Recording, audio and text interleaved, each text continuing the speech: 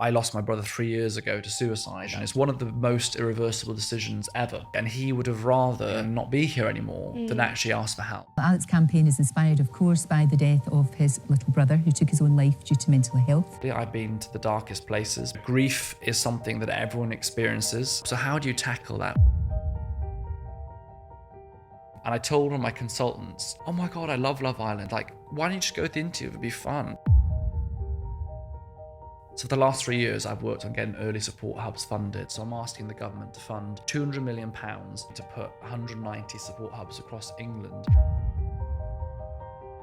Men are up to 10 times more likely to take their own life than a woman. So I think one of the biggest solutions to men's mental health and suicide prevention and improving illnesses.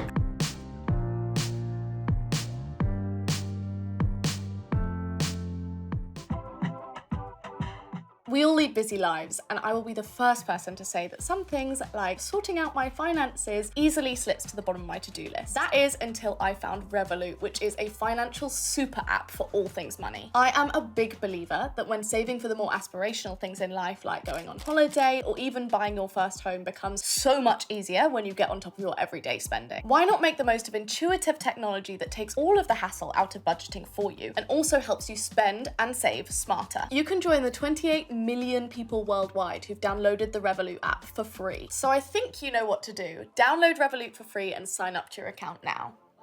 Thanks, guys. Yeah. Amazing. We'll just dive straight into it. Let's Thank do you it. so much for joining me today. Thank you. Thanks for having me. It's great to be along. I'm appreciating the comfort of this couch. Very different to the rainy weather of Stormcast. I'm very sorry about that. I couldn't control the weather. For context, I went on Alex's podcast the other day, and it is an outside podcast where you go and walk, which sounds like it would be calming. On a stormy day with lightning, it was not calming. It wasn't ideal. It was sunny in the morning, so I guess your attire, you came kind of summerish vibes, and then exactly it wasn't that. Because then I was like, hour. well, I've been dressed terribly, but then I was like, I couldn't have got to work in this and not thought, this is terrible if it wasn't appropriate for the morning, which obviously is very much the UK. But I came back to the office literally looking like I'd gone for a swim. And the odd thing is, as soon as you went back, it was beautiful sunshine. It was like an hour of genuine thunder, Someone's got some storm, bad karma. everything. I know, but there we go. We did it. We muscled through. We did it. So, if you want another installment after this episode, please, you're welcome to go and listen to that one. So we're going to dive straight in. I'd love for you to give everyone just a little bit of background on you, who you are, how you got to where you are now. Sure. My name's Alex George. I am Welsh. I was born in West Wales. I went to state schools there and was living. My family lived in kind of a small cottage, and I think my childhood was very much the opposite to living in central London and doing all the things I do now. I think people often think that I'm this extrovert and maybe I always wanted to do TV or these things, but to be honest, like it couldn't be further from how I grew up or in a way who I am. I'm actually an introverted person. I went to uni at Exeter Uni and studied medicine, came to London, started working in King's. It was my dream hospital really. And then all of a sudden a little thing called Love Island happened and I guess here we are. And, I think I'm very fortunate that I've lived a life where I've not been too afraid of failure and I've gone for things. And I think that's led me to have so far a relatively interesting life, quite a lot of ups and downs, but interesting. Yeah, because I can imagine that is obviously I know a lot of people see something like Love Island as obviously, it is an amazing opportunity, but also for you to be taking that almost risk when you're already in a job that is, I'm sure you would have perceived to be your kind of idea of success at that point. Did you always know that you wanted to be a doctor? Yeah, I think probably from the age of like 13 or 14, I think early enough, I was kind of like, this is the kind of career I want to do.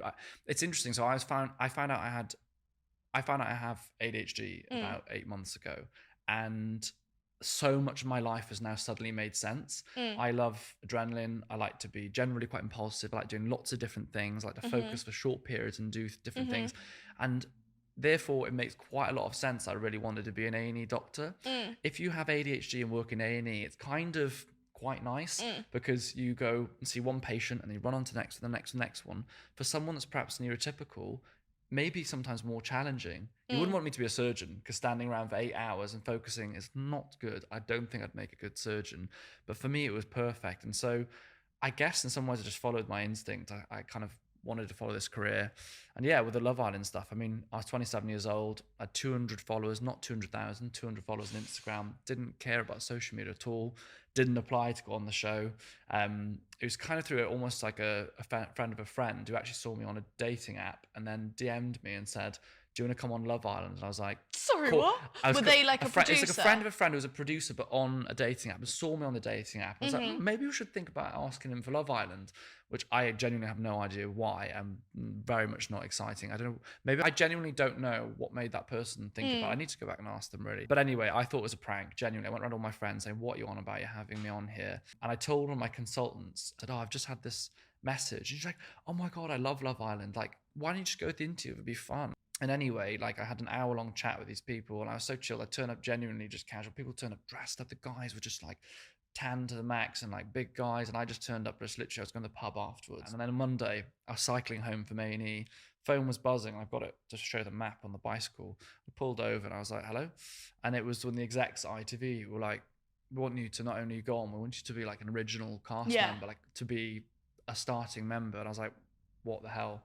And I to the last second, and I'd imagine to this day, I probably can say was the only person to go on the show that genuinely didn't want to go on the show. And even to the last moment, I was nearly like, I'm not going to do this because I enjoyed my life. I was doing my dream job already. But deep down, I always knew that I'd go back. And that was a big thing. And to be honest, like I thought I'd be on there for a week or 2 weeks. I was in between jobs in a way, in between contracts. And they were like, just go and have a holiday and come back to A&E. You know, it's always here. Things turned out very differently. So. And so, sorry, logistically, did you have to quit your job at that stage? Or did you have to say, I'm, on sabbatical for I didn't, because the or... way contracts work with doctors is that it's basically every summer you renew your contract. So I was going to be in between contracts. I was like, well, I finished this contract, I'll just start my next one when I get back. Right. So it was kind of perfect timing in a way. Like I just said to the hospitals, I'm going off. I finished my contract anyway. They're like, yeah, fine. I'll be 2 weeks, basically taking a little break and a little holiday. And what made you say yes to the experience?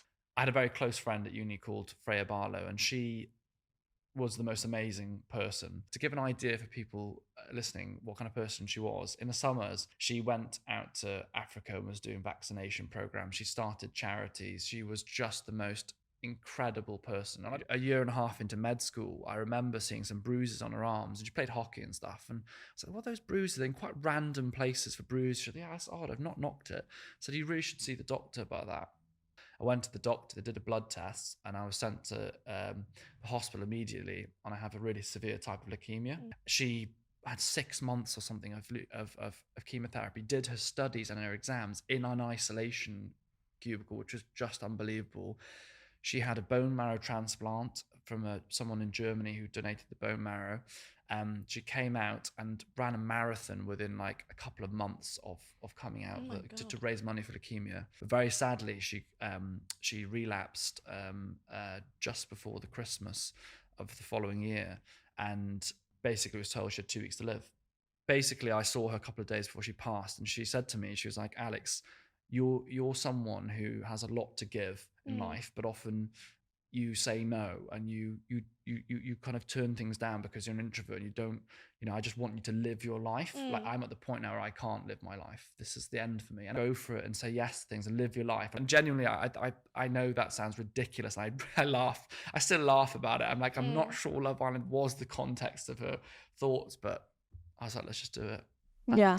And whether you love or hate Love Island, excuse the pun, it's allowed me to do so much now, and I hope so much good in this space. And I feel like as a result, I hope I've helped, a significant number of people. I hope I can continue helping people because of that thing. Yeah, no, that is such a beautiful story. And I think that like a lot can be learned from that type of attitude in terms of just, I completely agree that there's a lot of reasons to think about things before you do them. But I also think that we can often think too much and try and plan every single step, and ultimately you wouldn't even be able to plan your life a year from now. Like you don't know all of the things that are going to happen in order to get you to where you're going to be next year. And so how can you expect to try and have that kind of control and planning over everything? And I think that there's I often try and channel a little bit more of that as someone who is such a planner. Like, I just plan absolutely everything, and I want to be able to plan like trajectories of things and all of that. And just a lot of the time I literally just have to be like, no, not how it works. Like, just essentially just do it, work out the next steps later. And it's kind of like there's a balance because, like, you know, you run multiple businesses and all the ventures you do, you can't just be living a life on a whim of something all the time. Yeah. And it's not never the suggestion, because actually that's not a way to live either. I find it interesting. I love the analogy of thinking of a clock timer. So the sand timer, you know, the sand above and the sand below is the time that's passed, in the middle is your second, the second or the present at the moment. And I love that idea that when you flip that over and you think that's the beginning of your life, you know, the time that's above that narrow bottleneck is the time that you have, and obviously the time that passes. The thing about life, though, is you don't know how much sand you have above that bottleneck. Do you? You don't know when that time is done, and when it's gone, it's gone. And the most precious asset we have, we think of assets in business and investments and so on, the most precious thing that you have is your time. So spend it wisely. That doesn't mean going out living a life like partying all the time. It just means being present. Like, I spend my evenings in with Rolo. I have a very boring life in many ways, but I enjoy that. I don't go to lots of social events. I don't go to big parties, all the things like that. I just want to enjoy the time that I have. And I think, you know, when you do have opportunities, you know, I talk about, there's a whole chapter in the Mind Manual about this. You know, it's not about saying yes to everything, because you should be living life saying yes to everything. It's about saying yes to the right things in life and learning to say no, and having boundaries to the points whereby, like, for you and your work and what you do, like, if you were just all the time saying yes to everything, you must have millions of opportunities. You wouldn't get anything done that you really want to do. And I think learning to do that's really important. Yeah, no, definitely. And I think that in terms of, you know, the idea of like what you should be spending your time doing, again, just like, what do you enjoy? Like, what are you, that kind of like, it doesn't have to be partying all the time, but also it can be like going out more. If you're the type of person who's kind of like, you know, you're prioritizing too many things over actually just like having a good time, and that's what you want, then kind of being able to prioritize that and just shift your priorities a little bit. And how did you find the Love Island experience in terms of your mental health? I think it was hard being on there in terms of it was just such a different environment. You know, I'm an introvert, and you put someone who's an introvert in a very extroverted environment. I think that becomes draining. And for context, I think lots of people think being an extrovert introvert is based on how you appear, how you present. That isn't true at all.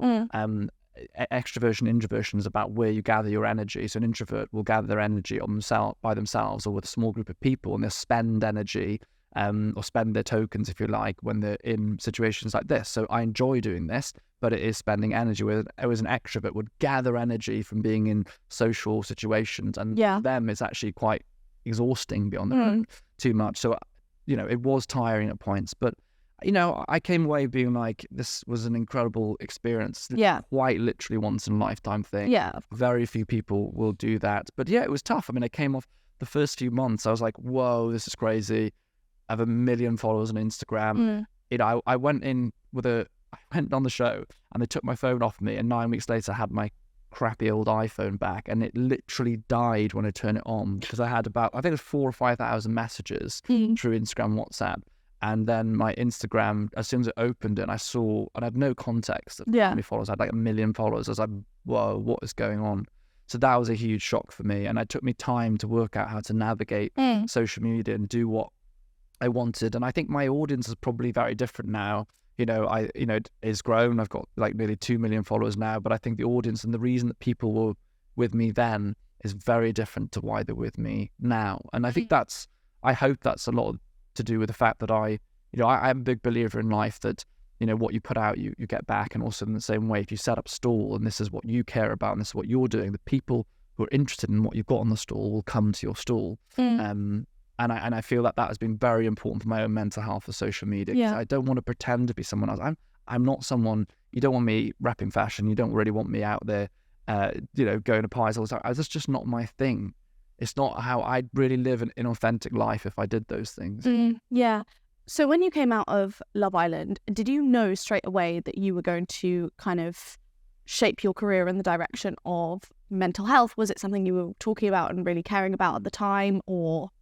So I first when I was at university in Exeter, it was the first time I'd ever really thought about mental health, which sounds like an odd thing for someone who's already studying at med school, but we don't actually do a lot of mental health. Yeah. We didn't at med school at that time. But I personally went through a really difficult time my 4th year med school, and I was down in Truro, which is a beautiful part of the world. I was away from family and friends. I was on placement, and my mental health just went to the floor. And I had this weird thing where I was like, I feel awful. I don't know what's happening, but I can't tell anyone, because if I tell the university, they'll stop me being a doctor. That was what I thought. Right. I don't necessarily know that's true. I don't think that's true. But rumours based on kind of that. I think you're not. If you ask a lot of people in the medical profession, and actually a lot of people in any industry, people are afraid the stigma about mental illness prevent them in career progression and things. So I was like, not saying anything. Things got worse, as they often do. If you don't kind of try and tackle problems, they often get worse. And eventually I was like, this is so bad. I know what I'm going to do. I'll speak to my mum, which I should have done at the start. Mum, I feel awful. And all of a sudden I had like a huge outpouring of emotion. I remember at the time, like just crying.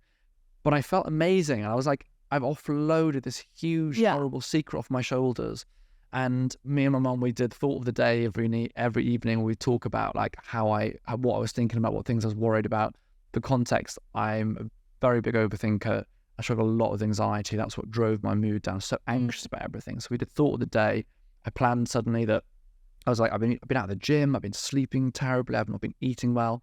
I was like, let's create a routine. Get up in the morning, go to bed at 7, go to bed at 10, go for a walk every morning. I'm going to exercise 4 or 5 times a week. I'm going to eat much better. I started cooking and making myself food.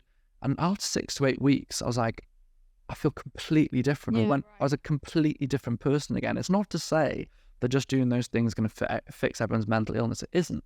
At the time, I was experiencing probably mild depression, and therefore those lifestyle factors were huge for me. But it really taught me something, that first of all, I was nearly a doctor and didn't have a clue about mental health, how to look after myself or how to treat mental illness. And also that stigma is so bad and it's preventing even people who work in health from getting help. So when I came out of Love Island, I was like, well, first of all, I know that routine is so important for me, and I'm lost and it's chaos at the moment. And it's like when people go, I'm finished from university, get my dream job in the new city. You go to the new city and you think, this is my dream job. You're going to have to make new friends. You're going to have to find a new gym. You're going to feel lost for a bit. You might have to find somewhere to live. You've got a new job. And sometimes even our dream situations can shake us to the core. We all know that to be true. So going back to A&E was one of the best things I ever did, because it gave me my grounding. It reminded me who I was again. And suddenly I just started talking about the things I cared about on social media, and everything else came on from them. And the mental health stuff back in the day, thinking, do you know what? If I'm going to use this platform for one thing, if I can do one thing with this, I'm going to change the way that we view mental health. That was the thing for me. Yeah. And that's absolutely incredible. And I think that, do you think that at the point that you were at university and really struggling and not talking about things, do you think that a lot of that was because of the kind of, not just the stigma of, being a doctor, but also the stigma of men talking about their feelings? Was it something where, did you feel like you had an open line of communication with your friends, or, would you be able to talk about that for a second? It's interesting because people talk about, why is there such a difference between men and women in terms of suicide? And just for context, the biggest killer for under 35s is suicide, which is huge for how we actually think about looking after people and things like workplaces, universities. I always find it, in fact, one of the biggest things I'm trying to work on in my role as ambassador is to create a legislative framework around mental health in the workplace. I find it fascinating that when you start a new job, you've got to do fire safety, which is great. You have to have a certain number of first aiders if you've got a company a certain size in physical health. But the thing that kills most people that work in any place or any university isn't a fire or physical injury. It's actually suicide, but we don't have any plans to deal with that. So when it comes to men, the biggest factor, I believe, is simply how we bring up men to be. I remember growing up being told things like, big boys don't cry, man up, don't be a girl, as if being a girl was somehow emasculating or something. And you were basically brought up in a way to not speak and not talk about when you're struggling. So when you're struggling to open the curtain in the morning because your mental health is so bad, or you're feeling so low, how are you going to overcome everything you've been conditioned not to be and find the strength to change everything that you are and ask for help? And that's why men are up to 10 times more likely to take their own life than a woman. And one of the big mistakes we make in men's mental health is we keep just talking about men. Women have been conditioned through society to generally talk a lot more, have open forms of communication, and share a lot more in their problems earlier on. Why don't we engage this skill set that women have with men? So I think one of the biggest solutions to men's mental health and in terms of suicide prevention and improving illness is actually just involve the women in their lives as well. Get men and women talking, you'll find actually, together, that combination, it'll make a huge difference. But also, I think it always astounds me how little the patriarchy is talked about when talking about something like mental health. And the patriarchy is often like raised as a, talking about the gender pay gap or talking about improving, rights for women, which obviously incredibly important. I mean, if you actually look at like recent history in terms of like really not that long ago, women literally couldn't get like a credit card or own a property without being married or whatever. Like not the early part of the last century, like literally the later part, which is crazy. But you actually, when you're talking about things like mental health, the patriarchy absolutely harms men just as much, or in very different ways, but in significant ways. It is not just about harming women. The whole expectation of the need to, the need to work hard, the need to be the breadwinner, the need to like take the brunt of everything, the need to like not talk about your feelings, all of these things for being at risk of essentially emasculating yourself or making yourself not a worthy kind of man is crazy and entirely ingrained in the patriarchy. It's, it's crazy really that our idea of masculinity, of what it has been, is around like men don't need to ask for help, be tough, nothing should affect you, shake it off and get it on, be the leader all the time. And to me, it's so stupid because actually I don't think it's emasculating to talk about the way you feel. I don't think it's emasculating to have female leaders and to be led by females. I don't think it's emasculating to show vulnerability at times. In fact, I think that being a man is absolutely, yes, it's about, I think being human actually is that sometimes we have to be tough and times are tough, but actually to be a man, to show vulnerability and to be open and confident within yourself enough to allow that vulnerability is a huge sign of strength. And you're absolutely right. I think one of the biggest harmful things of that idea of masculinity is that it makes everything worse for men. It's the irony, isn't it? It's like tough to be a man, but actually you're making life tougher for men and boys because of that. Yeah. So much of that's why mental health awareness week. So people go, oh, what's the point in this talking? We cannot make change without people talking about it and recognizing it. You could have the shiniest mental health clinics in the world, the most amazing support services, but men won't walk through your door. And until you tackle that first point of why men won't go to the clinic, there's no point having clinics. I clearly want to invest in services and so on. But you can't just focus on let's have great clinics. Tackle the root issue, which is that men don't talk, don't ask for help. And so how do you think we can encourage that more? And how does your work relate to, getting, for example, men to talk about their feelings? Well, look, I mean, I lost my brother 3 years ago to suicide. He made a choice where he had a binary decision. It's one of the most irreversible decisions ever. And I'm sorry if that's triggering for anyone. It is completely binary. And he would have rather do something and not be here anymore than actually ask for help. And I think that's so important to consider that for a moment because it shows how far men will go rather than get help. So how do you tackle that? Well, do you know what? We start at a young age. We teach emotional literacy, which means understanding thoughts and feelings and understanding how to label them, understanding what they are. And people go, well, how young is young enough, or how is it too young?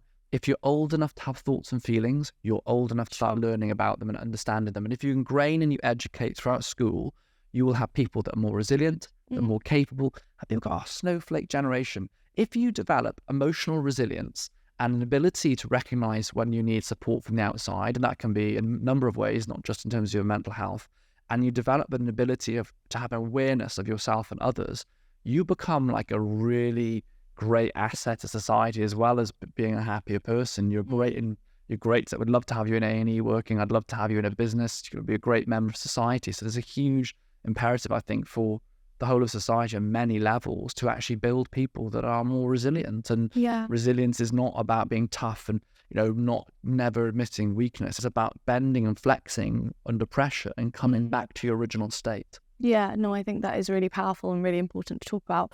Would you mind talking about the experience of losing your brother for a second?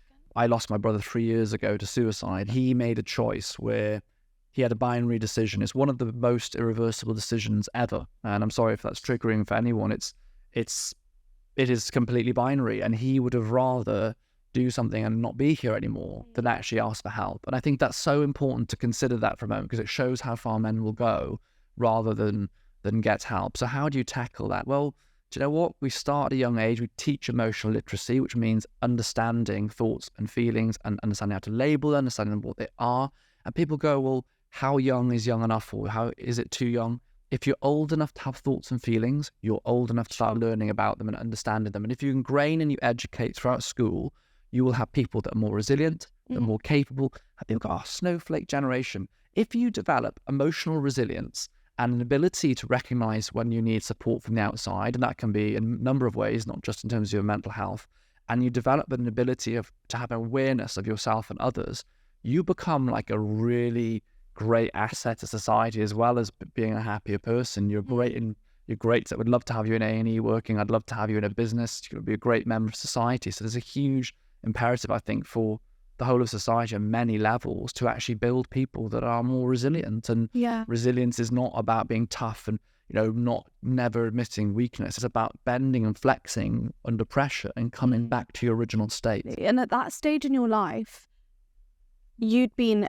out of Love Island for a bit and you were working in mental health, is that right? In A&E. So effectively, I came out of Love Island in 2018. My brother died in 2020. So I went back to A&E in Lewisham. I'd worked throughout the whole pandemic. The tough thing is that I was working in Lewisham Hospital, which was absolutely hammered by COVID. And I saw a lot of very difficult things. I made a decision to stay in London and work there.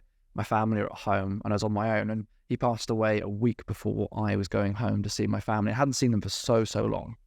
And yeah, it just was awful. It was just, the whole thing was awful. So it shook me to the core, and I had to go back to like, what is life? What am I doing? I had to learn to go outside and go for a walk. I need to learn to like just do the things that sound so obvious in your life, like eat again. I stopped eating for like 4 or 5 days completely. All those things that I had to rebuild into my life. But again, if you think about the shaking, like when you're shook and shaken, go back to the things that anchor you. So going back to A&E again helped me. And from that time onwards, I'd already been speaking a lot about mental health. I'd seen the challenges of the pandemic, but I was like, we need to do something. So I used social media, the platform I had, to put a post out there saying, Boris Johnson, the Prime Minister, I need to speak to you. I need to take all of this stuff that I've learned over the years and all the work that I'd done with the charities and organizations I'd spoken to after my brother passed. I need to show you this stuff. And social media went viral. I mean, it was quite unbelievable. And within 2 weeks, I had a call from Cabinet Office, and within a few weeks from then, I was appointed Youth Mental Health Ambassador. I'm a volunteer in that role, and since then, it's been my relentless mission. I've written 3 books now. The Mind Manual is the latest one. I was proud that A Better Day has won Children's Book of the Year, which is all about teaching young people about all of these things, which I'm really proud of. But ultimately, I want to make a change. I want early intervention out there. So I'm looking to get early support hubs funded across the country so that people can go and get help and not wait 2 years. And that's at a stage where you're kind of thinking that you're, having some problems in terms of mental exactly. well-being. One of the biggest challenges, as we sit here right now, there are 6 Wembley stadiums full of children who are waiting for help with their mental health. Some of those children will wait 2 years. How many things in life are we happy to wait 2 weeks for, let alone 2 years when you're struggling with your mental health? Some of the children that are waiting right now won't be here in 2 years. I know that's really difficult for people to hear, but that is the reality of the situation, and it doesn't need to be that way. The Children's Mental Health Service is really important. The people who work within it are doing an amazing job, but it's overwhelmed, and it was never designed for early intervention. What I mean when I say that is that when people initially start noticing symptoms of mental illness and struggles, by intervening and taking a 360 view, a 360 perspective of that person and thinking about what challenges they're facing, but also thinking about what their sleep is like, do they need therapy, are they getting movement, are they isolated? One of the biggest challenges for young people right now is loneliness. It's the loneliest generation. And for context, most people will understand that smoking is bad for you. Loneliness is as harmful to your health as smoking 15 cigarettes a day. And that is scientific, that is absolutely factual, it is harmful. And children are lonely. We need to get them back into communities and more connected. And these hubs will provide community centre points for them to go to build all of these things and to help them and prevent them waiting 2 years. It's wrong. Yeah. Grief is something that everyone experiences. We often talk about grief in the context of death and loss, but relationship or loss of a relationship breakup is grief. Your pets is grief. Losing a former self or seeing a former life or a former version of you change or left in the past and moving on to a new chapter is a form of grief. So everyone's going to experience it. And I think one of the things sometimes we're missold about grief is that we need to get over it or solve it. And if you think about with my brother, do I ever want to be in a position where the fact that he died is okay? No. Why would it ever be like, do you know what? I'm over it now. It's okay that he died. Why would I want to feel that? Yeah. You know, and what do I think it is about is taking something that is entirely unmanageable and overwhelming into something that you can harness more. And I think for anyone listening that beating themselves up because they cry about something they've lost or they cry about a relationship or they feel sad, stop expecting yourself to get over things. Just focus on the fact that self-compassion, take each day at a time, invest in yourself in terms of your health and everything else around it, and share, talk about it, because I'm certain you'll have experiences of grief and loss. I am certain that everyone watching will be able to relate to times where, yeah, they've had to let go of something, you know, and we've all been there. So be kinder to yourself. And I think there is a lot of kind of that association of thinking the stigma around kind of taking medication for mental health, and actually the lack of recognition that people's brain chemistry is different, and like there will be someone who actually just lacks something in terms of the way their brain works and genuinely just needs something to support that in order to return. I mean, we'd accept that in every other part of our bodies. We might accept someone's naturally iron deficient, we might accept someone's like all of these different things, and actually to be able to, we just kind of refuse to accept that when it comes to stigma and it's bizarre. I think, like, does anyone think that way? If you take a statin for your cholesterol, you just take the statin, you just take it and you crack on your blood pressure, take a blood pressure medication, you know. And it's interesting because there was a lot in the press recently about this kind of classic press narrative of like, all right, there's research being done and we don't know, you know, how antidepressants work, or it was more around the fact that they were saying the serotonin theory of it boosting serotonin. We don't know that to be true. And that was missold as antidepressants don't work. And they're completely separate statements. We don't know so much about the brain or how it works. We don't have a clue about a lot of it. We don't even know all the neurotransmitters. We know some of them. We don't know exactly how the antidepressants work. But that's completely different to saying, and I can say this with confidence, that for many people it does work. In fact, antidepressants are as effective, if not more effective, than lots of other treatments we use for other parts of the body and other treatments we use that people take every day. In fact, you know, its profile of effectiveness is very good, even compared to things like statins, which a lot of people take. So, you know, and I've had people message me. I mean, it saved my life. I've had tens of thousands of people message me saying, if it wasn't for that medication, where would I be? So please don't let something stupid like stigma. You know, you mentioned how badly that we've treated women and women's rights over the years. You know, one of the words that I really struggle with is that people use the word committed suicide. You commit murder, you commit arson, you commit GBH. Don't commit suicide. But until 1961, you did. It was a crime. We used to incarcerate people because they were solo, they didn't want to be here anymore. My dad was born in 1958, so in my dad's lifetime, it was still illegal. You know, it's criminal to try and take your own life, and families would beg their doctors not to put it on the death certificate for fear of shame. You know, and I know that sounds really negative, but when we say language matters, it really does matter. But I also think part of that is just the recognition that actually we have so far to go, and it's actually such recent history, and the very fact that people are still alive that would have lived in a time where it would have been illegal to even attempt suicide, for example. That is, we almost need to recognize. I think a lot of these things, we have an assumption that we are at a good place with them because they are legal. Whereas actually stigmas don't come from entirely from things that are Takes legal or not. It takes a lot of time to be able to got shift to keep out. going and keep working on it. I mean, look at this, right? So I talked about how I was fat shamed at work a few years ago. It's a whole separate story, but I talked about this experience on my social media, and it was Dr. Alex admits to body image issues, and then when I talked about medication, Dr. Alex admits to taking antidepressants. Do you admit to take? Would that headline seem strange if said Dr. Alex admits to taking blood pressure medication? Do you admit to something like that? Admitting implies like wrongdoing. So even now, there's so much language that's used around the topic that creates that stigma. I admit to it. I've not done anything wrong. It happened to me. Yeah, no, absolutely. And so what does your work currently focus around? What are your biggest kind of asks for the government? What's your biggest focus in terms of what you're talking about? So I've worked in the last 3 years on getting early supports funds. So I'm asking the government to fund for £200 million to allow me to put 190 support hubs across England. These would then be ramped up and rolled out after that kind of initial rollout of those hubs. And I know that will help 500,000 young people a year. So it's for under 25s. Really important because it helps a lot of university students. Every 3 days, we lose a university student to suicide. So university students also need a huge amount of help. These hubs will help so much. My second ask is that we create a legislative framework for workplaces around mental health. People go, yeah, well, if we have mental health first aiders, you're going to put more work on people's shoulders. It's harder on teachers, harder on people.